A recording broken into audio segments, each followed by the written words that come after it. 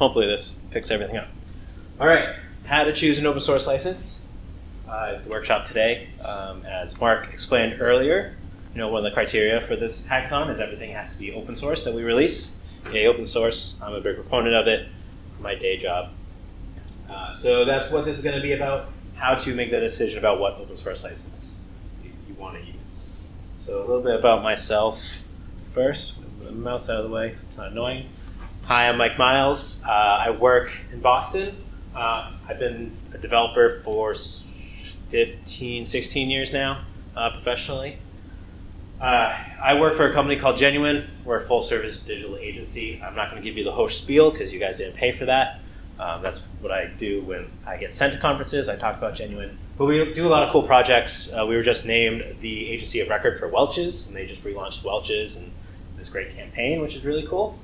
And I'm a technical architect, which means I help design and architect from a technical perspective all the projects we work on tech projects. My focus is using open source technologies for that. So mainly the Drupal framework, if you've heard of that. And as Mark said, I also have a podcast called Developing Up, which is focused on the non-technical side of being a developer. So things like working on a team and how to say no to clients, how to stick up for yourself, topics like that. So check it out if you're so inclined. And then finally, if you want to know any more about me after this talk, everywhere online, I'm just Mike Miles 86. Guess what year I was born? It's not 1886. So that's usually my handle. If you see that, that's me, unless it's something you don't agree with, and that is some other Mike Miles.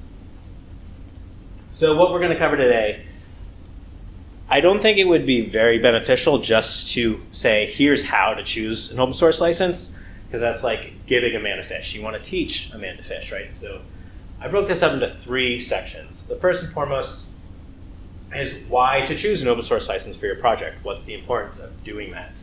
I thought having that background knowledge just puts things in perspective about the value that open source technology provides to the world. Following up that is what open source licenses actually are, the protections they provide and what they seek to accomplish, and why you might want to use them. And then finally, yes, how to choose the right open source license, the right one for your project, either today or going forward. Sound good? Sound like a good plan? All right. First and foremost, I'm not a lawyer. Very important thing to tell you. Intellectual property law is very complex, very difficult, and anything that I tell you today is not legal advice. Again, I am not a lawyer, but this should be a big red flag. Hopefully this will be helpful info, but if you start building something open source and you want to pursue it for intellectual purposes or make money from it or whatever you want to do with it, be sure to check with a lawyer. Just don't go off, hey, this is what Mike Miles told me to do for a license. Please don't do that. All right, with that warning, the code you write, the software you write, it's art. And that's not just my opinion as a developer, being someone biased who loves to show off the cool code he writes, but it's an actual fact that the software that you write is a piece of creative work. It's the same as writing a book or producing music. It's treated the same way in terms of property. So what that means is the code that you write is just really creative. So if you're a developer, you're a creative person, don't let anyone tell you any different. But what that also means is intrinsically, when you write a line of code or you produce a piece of software, you have a copyright claim on that. Whether you invoke that copyright claim or not, it's there by default. Whenever you write code and software and you put it out there, you have copyright. So what does that mean? And I thought it was important to explain what copyright means, just so we all understand. So copyright is basically this. You write some software, you have copyright claim on it. I'm going to symbolize that with this little lock icon. What's the word I want? It is proprietary to yourself. That means that as the copyright owner, you have the right to distribute copies of your code or your software to people. So you can sell your software, right? If you're a video game developer, you can sell your video games to other people, to retailers who resell it for you. But those people that you give copies of your software to, they can't take your software and they are not allowed to distribute to somebody else. They don't have the claim to make copies. This is what happens with music and books as well. As the copyright owner, only you have the rights to say, I'm going to distribute this to other people. No one else is allowed to do that. If they do, I mean, with software, it's hard to kind of stop them, except for legal purposes. You have the right to go after them for legal rights and to collect money. So they cannot do that. Copyright is the legal right of a creator to control distribution and alterations of their software. So any software you write, you have that right intrinsically to control who can get your software. Now, software you write as well, just out of the box when you create it, since it's copyrighted by default, it means only you can define its use. So all the software we're writing today, all the projects we're working on today, it's to solve a single problem or a specific type of problem, a nautical theme problem. Since if you don't make your code, your software open source, you may not realize that your software could be used to solve a problem, say for automated driving, or for space exploration, for navigating satellites around debris, let's say. Your software could have very great applications in that area, but unless you are the one who think of it to use it that way, you're going to miss those opportunities. Because only you define the use. You are saying, this software can only be used to solve this problem. As well as software you write, right when you create it, it's copyrighted. Only you can create improvements for it. So this means, you wrote the software to help ships navigate. You figure out a way to make it work 10 times faster. You add that alteration on. You distribute it, no problem. But because it's copyrighted, it's patented, not patented, it's, keep forgetting that word. Whatever. You own it. No one else can really see the code base. If someone else thinks, hey, there's a better algorithm to make this work better, they can't easily give you that update. They don't have the view into your code base, nor do they have the availability easily to let you use it, because their addition, their alteration is copyrighted by them. Right? It's their creative work. So there's all these legalities about incorporating copyrighted work into other copyrighted work. So that you can't really do out of the box. So the big question comes up, why do we write software? What is the purpose of it? Now, this is a big existential question that we all have as developers. Think about why do we do this? And I believe there is one reason why everyone writes software. That's because we want to solve problems for the world. I guarantee you there's not one person who's a developer in this room who decided they want to write software because they want to make someone's life harder. You want to write software to solve problems for other people, sometimes global problems. You want to make the world a better place with the software you write, especially for the software you're writing today. So if you want your software to change the world, what better way than to let the world help you change your software? And that's what it means to be open source. It means to open your software to the world, both to give it out freely and to collect improvements back. Get the dev collective to help you make your software better or work with other people. Now, open source does not always mean free. By this, what I mean is there are people who worry about using open source software, and I can tell you this for sure from someone who's client-facing, that they're worried that because they're using open source technology, they can't make money on what they want to build. That's not true. That's not what open source is about. There is part of that about free software and the Free Software Foundation who wants to make all software free. Nothing wrong with that. But just because you make your software open source doesn't mean you are losing the ability to make money from it if you so choose. So I just like to put that caveat out there. But what do you get if you make your software open source? So we have the software we're writing today. We have our copyright claims on it by default. If we were to make it open source, get rid of that copyright claim, you allow for derivative works. So what does derivative mean? Derivative means someone can look at your source code, because you've opened it up to the world, and they can go ahead and make a change to it so it solves a different problem. Problem maybe you didn't even think your code would work for, but they saw that as your base. Someone else can then take that code as well and make a different change and make it work for another application. They can start using your software to really fix the problems in the world using your creative idea as a base, which is amazing. Derivatives is an alteration or an extension of a piece of software, really of creative work, but for our purposes, software. So it's the ability to allow someone to make a change and distribute that change.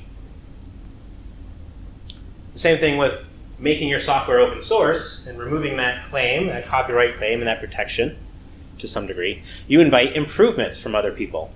So back to that case where maybe you have a bug in your software and you don't know it exists, someone else finds it and they can contribute that back to it and they can fix your code for you. You get that benefit. Or someone else can make an addition to make your code work with a different application. Someone else can add maybe a new layer, a new GUI application to make it easier to use. You invite the world in to make improvements. Now there's arguments about this model, about having open source software and letting other people contribute to it, or having your source code available. That is a security issue. For example, Equifax, right? That's how you say them, the big security breach that happened. They're blaming it on the open source software they're using, which is an Apache Arch product. The problem, though, was that there was a known vulnerability in that software that the community found and provided a patch for. They provided an alteration and a fix for. Equifax decided not to apply that patch to their software, and they left themselves vulnerable. Don't blame the open source software. Blame the people who aren't maintaining their product that uses it. Just want to put that out there. So, okay. The value of open sourcing your software is that you invite the world to make improvements or to use it for their purposes. Why use a license? Why not just say, here world, here's my code, do with what you want. Put it in the public domain or what's known as an unlicensed. You could do that, but an open source software license gives you some protection than just releasing out to the wild, and this is what it allows you to do. So if you have your software and you say, here's an open source license, I'm going to apply to it. I'm going to add my open source license, my software, to a package that I'm not going to open source, that I'm going to keep proprietary, that I'm going to use to sell a product, to then, for ship navigation. This piece can be open source and other people can see it. This piece is not open source. It solves a certain problem, and that's your layer where you're going to, make money if you want to do that. Someone can come along and they can see your software and make an alteration, again, and solve a different problem. No issue. But another company could come along and they'd be like, you know what? Here we go. I'm going to take your software, I'm going to put it in my own package, and I'm going to solve a boat navigation problem. Now, if you don't have an open source license, there's nothing you can do to stop someone from doing that. But an open source license gives you the ability to set patent claims. And this can go both ways. That you can say, you can use my software for whatever you want, except you can't compete and do the same thing I'm doing with my proprietary stuff. That's perfectly fine. That's one of the reasons to use an open source license, among many. So without the open source license, just putting it out there in public domain, you can't stop anyone from infringing on what you want to use the software for, or solving the same problems as you. So this just came up actually with WordPress. So have people heard of WordPress? Yeah. Have people heard of Facebook? Yeah. Have people heard of React?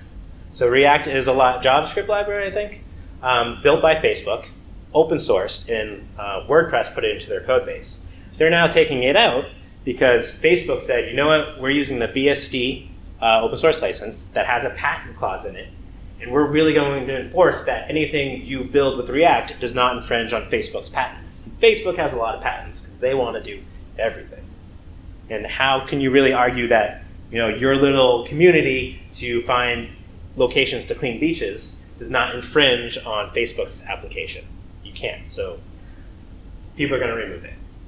But that's what a license does. It helps protect your patent claims if you need to and other things.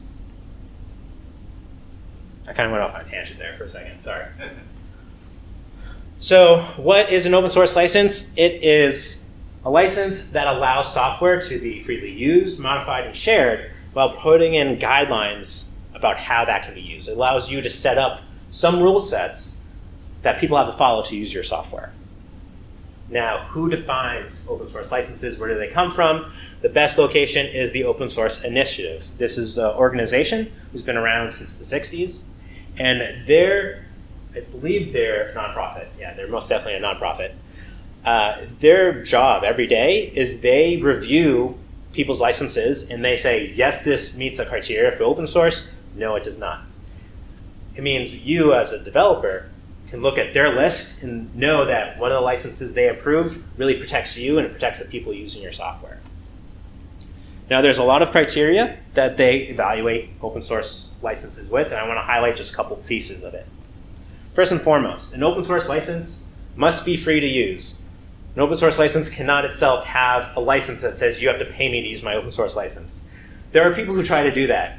In the community I work with at Drupal, there's been this whole debate about some license stuff, and there's a person trying to sell a community license for the way our community should work. It's like, it doesn't work that way, man. That's not how it works. So open source licenses they must be free to redistribute. They must be free for other people to use them. Open source licenses must require access to the source code. Now, if you're building something that compiles or not, well, if you build software that compiles, you have to provide access to the uncompiled version, the unobfuscated version, or just your software in general. Question? Sorry to interrupt that, but when so you were talking about like how I was trying to make sure I understand the change. Sure. So when open source is copyright, you have your copyright, and you can control. Only you can distribute your software. Right. Only you can potentially view the source of it. Yeah. And then when does the license come into play? Do I create a license? So I'll get into that. No problem. That's a great question. That's a great question.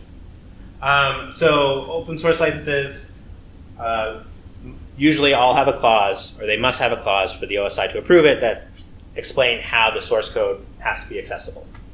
And then finally, they must allow for creative, what's the word I used? Alterations, derivatives. See, I knew you were paying attention. So they usually have a clause that allow for derivative works. Now there's other criteria. There's about 10 pieces, such as not limiting what software the license could be used on or who's allowed to use the license, like not targeting a certain group of people or excluding a certain group of people. But these three really focus on the software that will use that license. And one other, not really listed criteria, but all well-known licenses have a clause about, is providing attributions. Knowing that if you're going to release your code with a certain license, open source license, anyone using it has to have attributions back to you. At least a file that says, hey, this software was originally developed by so-and-so. Now, there are two main types of open source licenses. The first are known as copyleft licenses. So these put in restrictions about how your software can be used, who's allowed to make changes to it or alterations, and how they must treat those alterations or those derivatives. And the other type are known as permissive licenses. These are they're almost like putting your code in the public domain, except you can have patent clauses and some other like attribution clauses in there. So I want to talk about these two main types. Copyleft. Copyleft works like this. You have your open source software. You say, I'm going to apply a copyleft license to it. What this means is if someone makes a derivative of your work, they have to also apply an open source license to their derivative work. If someone makes an add-on or an alteration, say a patch, they have to release that add-on, that alteration, using an open source license as well. It perpetuates the use of open source licenses, which I'm a real big fan of. As well as if your software is going to be used in a package, whether it's another package of software to be redistributed, that also has to use an open source license to some degree. So copyleft is the condition that a derivative, addition, or distribution must use itself usually the same license or at least an open source license. So copyleft licenses actually fall into two categories. One is known as weak copyleft, and that covers the conditions that derivatives and additions or add-ons use the same exact license as the original work. So if you pick the Apache 2.0 license, or the Apache 2.0 license, then any derivative must use the same license. It doesn't rule, or most of them do not include any clauses saying your software, if it's included in a package, that package has to use the same license. So weak copyleft licenses allow your software to be packaged into something that can be proprietary or copyrighted and sold. Now, there's another type of copyleft called strong copyleft, which covers all these bases. Anytime your software is used, however it's used, whatever's using it has to use the same exact license as your software. That's basically what strong copyleft says. The most well-known software or license that's strong copyleft is the GPL license. The GNU GPL license. Now, permissive licenses, as I said, they're almost like public domain. What they allow for is you have your software, you apply an open source permissive license to it. Someone can create a derivative, and they can add a different license to their derivative. It has to, most of the time, it does have to follow in policy with your permissive license, but they can use a different type of license. Same with an add-on or alteration. It can use itself a different license, and then any packages that your software gets used into, it can use any sort of license, including it can be copyrighted and protected, or proprietary. So permissive licenses just make sure that derivatives, additions, or distributions don't have to use the same license. That's what they say, but they provide you protection against such as patent clauses and whatnot. So knowing this, that there are three basic types of open source licenses: strong copyleft, weak copyleft, and permissive. How do you decide which type of open source license is right for you? That's the $1 million question, or the $0 question, as it might be. Really, in my opinion and in my experience, it comes down to asking yourself 4 questions. That's all you need to know what type of open source license to go with. The first 2 questions I don't think many people think of. The last 2 may be a little obvious to you, but using all 4 together is really helpful. First and foremost, what licenses are already in use in your software? If you're building everything from scratch, then you don't have to worry about this question. But if you're using an existing library, existing framework, all those have a license. Hopefully they're open source already, but you want to read what licenses they have. Maybe you're using a library that has a strong copyleft license, which means you yourself have to have a strong copyleft license. Maybe they have permissive, and they're like, do with what you want, and that's helpful to you to know. Again, this is sort of the deal that came up with React, right? They have a pretty much permissive license that had a patent clause in it, but that kind of dictated to people, hey, I'm using this library that has this license, I have to kind of comply with this license. So make sure you check the code you're using, if it's written by somebody else, what license they attach to that library. If you don't agree with it, you're going to have to find something else to use or change your license. The second question, what are the terms of service of where you're hosting your software to give it out as open source? This weekend, we're all using GitHub. GitHub's terms of services actually state that you must have your code allowed for forking. The code base must allow people to make derivatives. That's default how GitHub works. So if you're not comfortable with releasing software and having derivatives, you may have to keep that in mind.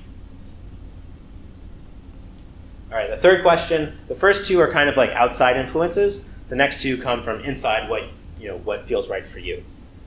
Do you want derivatives, additions, and distributions to have to use the same license as your software? Do you want to perpetuate the license that you're using, whether it's a strong copyleft like the GPL license or a permissive license like the MIT license? Do you care if, however your software is being used, that those other uses follow the same rules as you? If you do, then you're going to want to look into a copyleft license. If you don't care, you just want people to use your software, then you probably want a permissive license. And then finally, say you do want a copyleft license, you do care how derivatives are used, you have to ask yourself, can others use my software in their proprietary work? If you say, sure, you can use my software in your proprietary code base. That's fine with me. Then you'll probably want a weak copyleft license because you don't care so much if your code is included in a package. But if you do care and you say, you know what, you can't use my code in your copyrighted work or your proprietary work, then you want a strong copyleft license. Again, you want to make sure everyone follows the same rules you're following. So those are the 4 questions to ask yourself. I know that went really quickly, but that's how simple it is to choose what type of license to use. You may say, okay, Mike, I get it. I'll ask myself those 4 questions. I know what type of license to use, but which license specifically do I pick? I can't tell you that. This is how to choose the right license, not the right license that's right for you. It's all going to depend on you and your team and the decisions you make. So you're going to have to do some research. I'm not going to give you the magic bullet and say use this license every time. I'm just going to give you these guidelines. So once you know the type of license you want to use, I'll give you 3 pieces of advice of what to do next. First and foremost, only use licenses that have been approved by the OSI, the Open Source Initiative.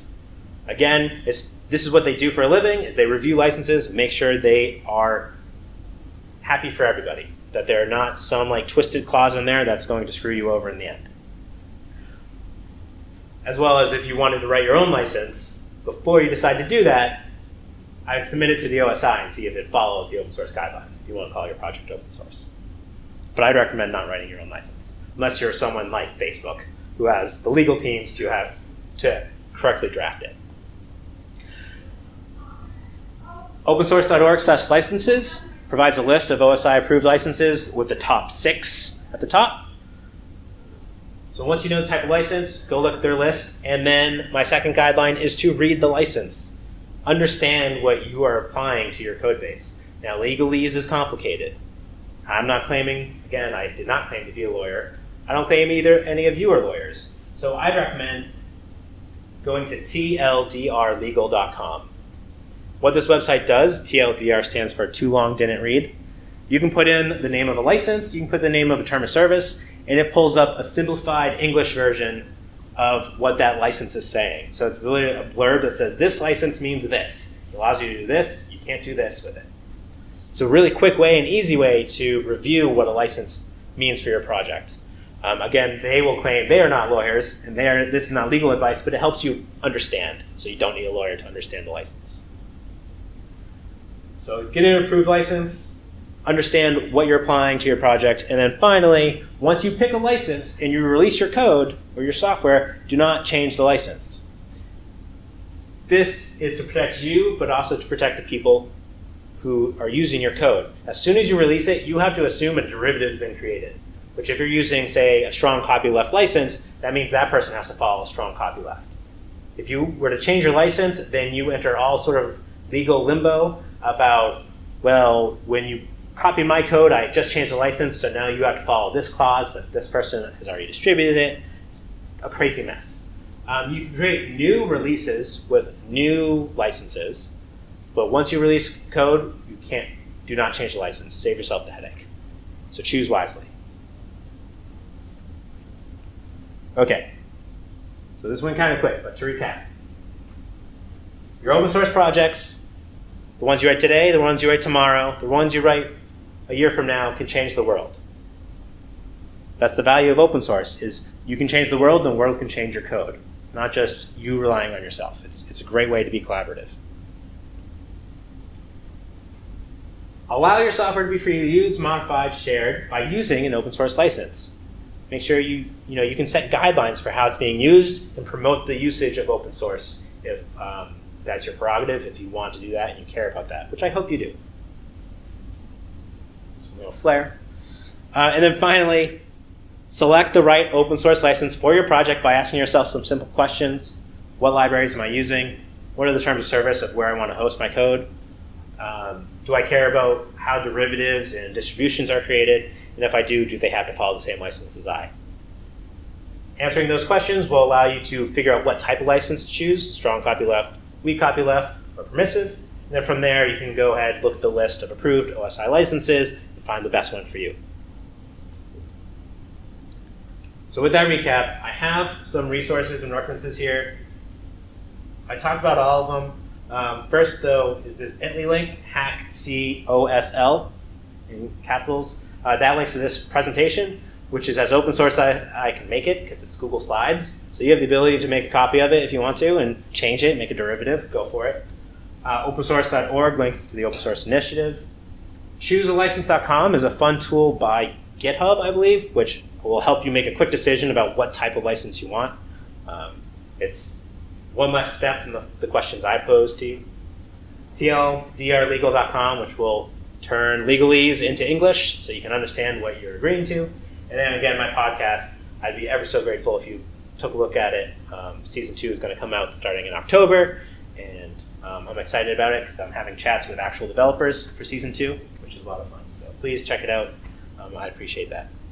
So we do have time for questions. I have time to help make a decision for a license for the different groups that are here, if you want to do that. But you can also reach out later. Again, hit me up on Twitter at MikeMiles86, or I'll be in the room for the rest of the day working on my own project, but I'm happy to stop and talk about licenses.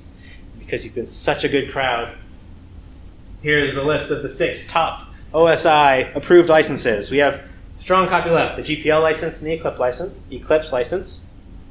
And please do not ask a question about the differences between these, because I do not know.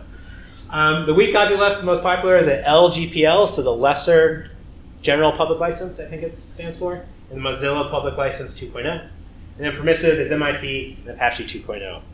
I'll let you know that the project I'm working on today, I've already applied the MIT license to it, because it's just information that Rich and I are putting out there that we're gathering from other people. So I don't care. There's no patented information I'm going to put in there, right? So it's just HTML markup. So why not make it permissive? I guess we should have discussed that before I made the unilateral decision. Okay, so when I give presentations, usually at this stage, I ask for applause, but you're not required to give it. Does anyone have any questions they want to ask? This might be a blurry question, but if you post something without a license attached, what does that mean? So if you post something without a license attached, it means it's copyrighted by you. You have to apply some sort of license that lets other people know that you're removing your copyright claim. Now you're going to get people, if you just release code and there's no license to it, you'll have some people who will be like, I'm going to use it. Whatever, I'm going to take it. He didn't say anything. But they're risking, a legal battle with you if you so care to go after them. So you're going to get a lot of people who you may think that you're releasing it open source because you didn't put a license on it, but people won't touch your code because they're not sure the legalities of it. That's why it's always best to add a license, even if you want to do what's known as an unlicensed. So you can go to unlicensed.org, I think it is, and that's basically a license that says, this is free to the world. I remove all copyright claim indefinitely. So it's like public domain. I'd recommend if you don't care about, not that if you don't care, if you want to make your code as free as possible, you can do that. So to answer your question, if you don't put a license out there, people are going to assume it's copyrighted by you and you have a copyright claim. Or they should. Great question.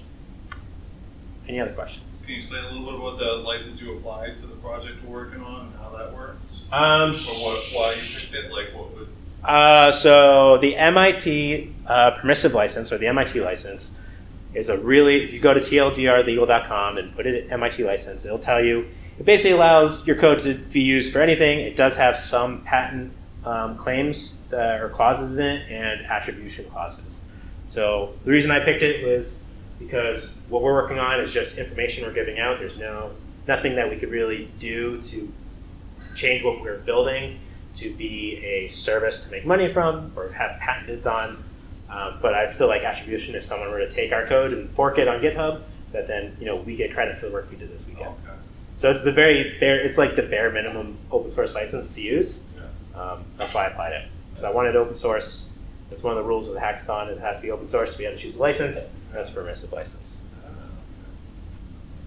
What about terms of what's the difference between like a license and terms Of service. of service? Yeah. So a license gets applied to a project. So for example, GitHub, it's a service that you create an account on, so your account has to agree to their terms of service. You have to say, as a user, I'm going to follow your rules for your environment. Actually, so they're actually pretty similar. For your project, though, on GitHub, it has a license applied to it that says anybody using this code base has to use this license or follow these guidelines.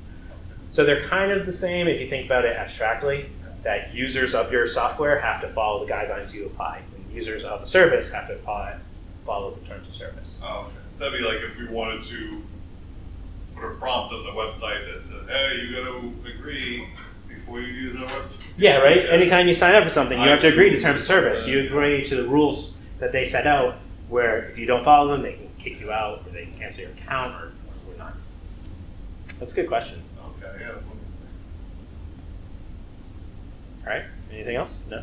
Awesome. Thank you again. I appreciate you taking the time to stop hacking to That was listen to me. great. Thanks, Mike. That was helpful. Let me see if I can stop this. Oh, another thing.